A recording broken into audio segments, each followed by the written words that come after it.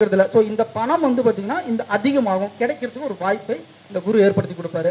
அதே மாதிரி குழந்தை இல்லாதவர்களுக்கு இந்த டைமில் ஒரு முயற்சி பண்ணும்போது ஒரு குழந்தைக்கு ஒரு வாய்ப்பை ஏற்படுத்தி கொடுக்கும். வேலையில் ஒரு முன்னேற்றம், வேலையே இல்லாதவங்களுக்கு வேலை கிடைக்கும், வேலையில் இருப்பவர்களுக்கு வேலையில் ஒரு முன்னேற்றத்தை கிடைக்கும். ஏதாவது ஒரு தன்னை பற்றி சிந்தனை என்ற, அதாவது குரு வந்து பார்த்தீங்கன்னா தன்னை நோக்கக்கூடிய ஒரு அற்புதமான ஒரு ஜீவக்காரர் இல்லையா.